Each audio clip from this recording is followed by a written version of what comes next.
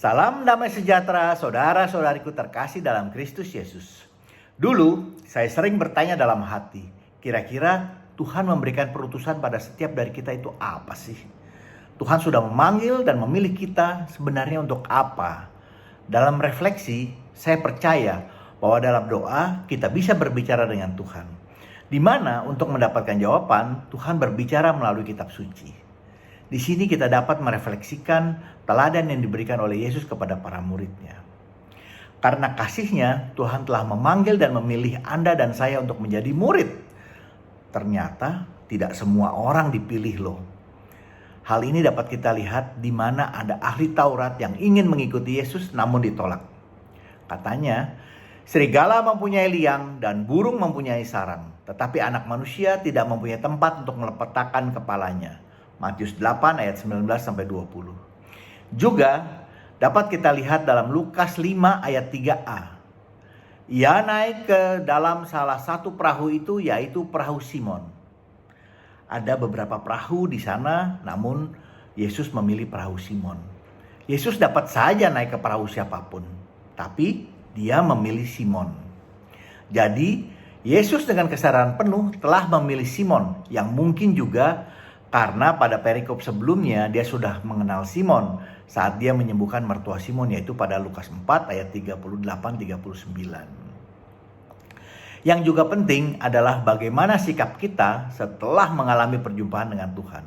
Apa ada perubahan? Setelah mengalami Tuhan, kita perlu mengalami transformasi. Mari kita lihat kisah Simon Petrus.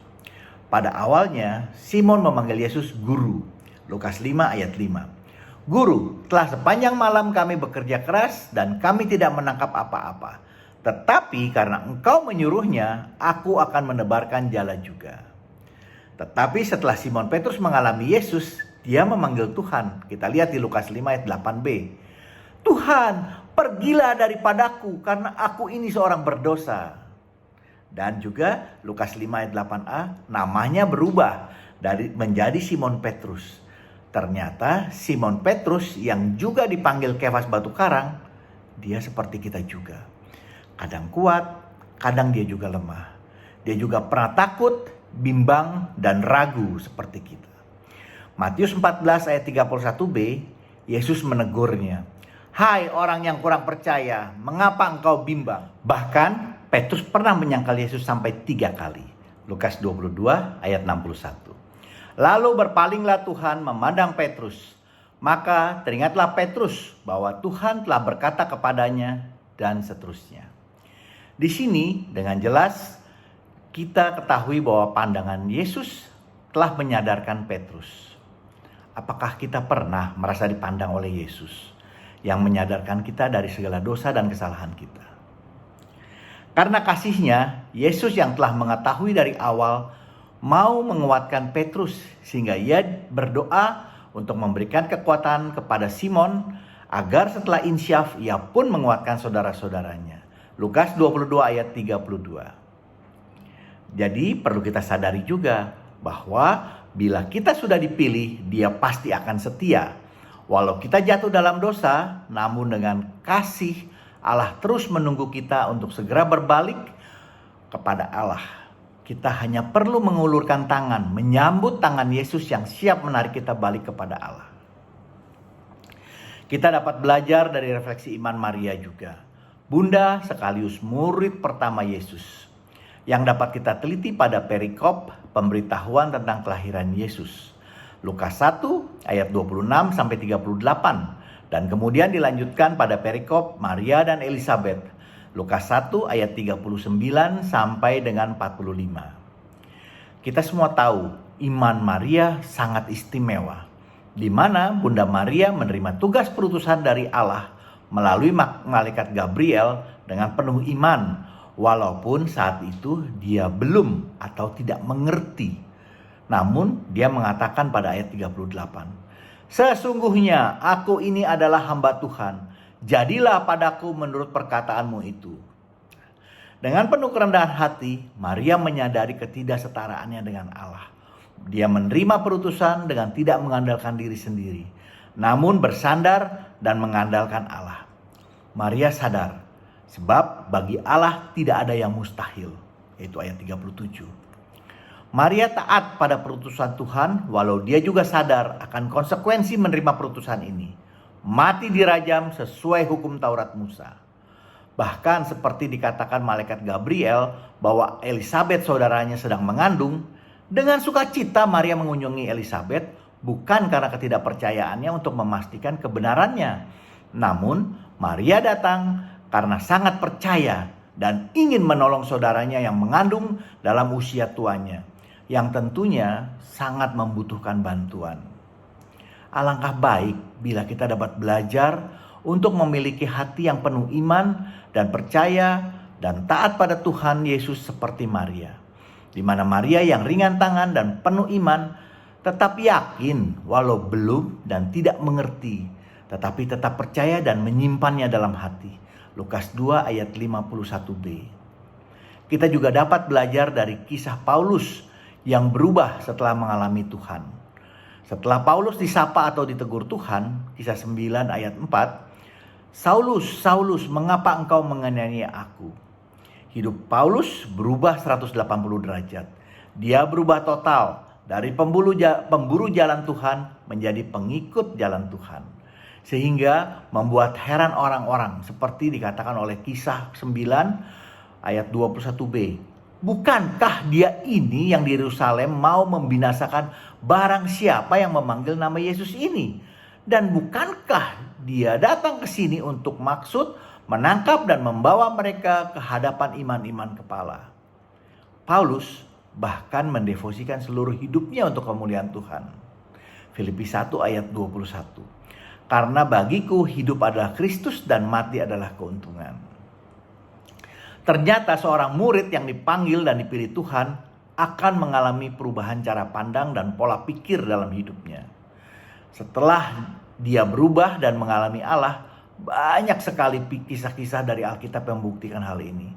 Salah satu yang jelas adalah kisah Zakheus, di mana karena keinginan tahuan yang besar telah membuatnya berusaha keras dengan naik pohon untuk mengetahui atau mengenal siapa Yesus itu. Yesus yang melihat Zakheus pun memanggilnya dan menyatakan mau menumpang di rumah Zakheus. Zakheus yang telah menerima Yesus mengalami perubahan. Kita lihat di Lukas 19 ayat 8. Tuhan, setengah dari milikku akan kuberikan kepada orang miskin. Dan sekiranya ada sesuatu yang kuperas dari seseorang, akan kukembalikan 4 kali lipat. Di sini dapat kita lihat dengan jelas. Zakheus yang telah berubah karena berjumpa dengan Tuhan mengalami pembaruan rohani. Di mana cara pandangnya berubah terhadap hidupnya, terhadap harta, terhadap kasih. Sehingga Yesus pun memberikan peneguhan. Lukas 19 ayat 9. Hari ini telah terjadi keselamatan kepada rumah ini. Karena orang ini pun adalah anak Abraham. Kalau kita lihat kisah Zakheus, dia berusaha dengan gigih mengalahkan kekurangan dirinya sendiri yang pendek dengan naik pohon untuk melihat Yesus. Maka kisah Bartimeus ternyata lain lagi. Di mana Bartimeus yang mengetahui Yesus orang Nazaret lewat, maka dia pun berseru, Yesus, anak Daud, kasihanilah aku. Markus 10 ayat 47. Dan di dalam kisah ini ternyata orang banyak menegurnya untuk diam. Di mana orang banyak ini pun adalah orang-orang yang mengikuti Yesus seperti dikatakan di ayat 46. Yesus bersama-sama dengan murid-muridnya dan orang banyak berbondong-bondong. Kadang halangan mengikuti Yesus justru datang dari teman-teman murid dan pengikut Yesus sendiri. Tetapi keteguhan hati Bartimeus ternyata menarik perhatian Yesus. Matius 10 ayat 49a. Yesus berhenti dan berkata, panggillah dia. Sehingga mereka, maksudnya orang banyak itu berkata, kuatkanlah hatimu, berdirilah, ia memanggil engkau. Nah, yang menarik juga adalah pada ayat 50. Yang mengatakan, ia menanggalkan jubahnya. Ia segera pergi mendapatkan Yesus. Kita semua tahu dalam tradisi Yahudi, jubah adalah lambang dari identitas pemakainya. Bartimeus menanggalkan jubahnya, yang mungkin adalah jubah pengemisnya, hidup lamanya, dosa-dosanya, dan mendapati Yesus untuk menyongsong harapan baru. Sebagai murid, kita perlu mempunyai sikap gigih mengalahkan semua halangan untuk mendapati Yesus, seperti Simon dari Kirene mau mengikuti Yesus. Mengikuti artinya berjalan di belakangnya dengan mata yang selalu fokus tertuju kepada Yesus. Menjalani semuanya ini bersama-sama dengan Yesus. Lukas 23 ayat 26. Dalam hidup, saya pun sering mengalami Sakeus, mendapatkan halangan dari diri saya sendiri. Saya malas, kadang kurang peduli, dan ego saya yang cukup besar. Tapi kehadiran Yesus selalu mengingatkan saya untuk kembali kepadanya, untuk kembali melayaninya. Juga tidak jarang saya mendapatkan halangan dari murid-murid lain, bahkan dari orang yang kita anggap senior yang seharusnya mengayomi, seperti halnya Bartimeus. Sekarang bagaimana sikap kita? Apakah siap menjadi murid? Apakah ada perubahan dalam hidup kita? Apa arti berjumpa dengan Yesus? Apa kita sudah mengalaminya? Kalau belum, kita perlu punya rasa ingin tahu seperti Sakeus, yang mengatasi kekurangan dirinya dan berusaha mencari dan melihatnya. Juga seperti Bartimeus, tetap gigih walau dapat halangan dari luar. Kita hanya perlu punya hati seperti Maria yang taat dan percaya, serta siap berbalik kepada Yesus. Syukur kepada Allah, sekarang kita dapat mencarinya dengan membaca Alkitab. Oke, bila ada masukan, mohon tuliskan komentar Anda. Jangan lupa di-subscribe dan like. Juga di-share agar kita dapat saling memberkati. Tuhan Yesus memberkati kita semua. Amin.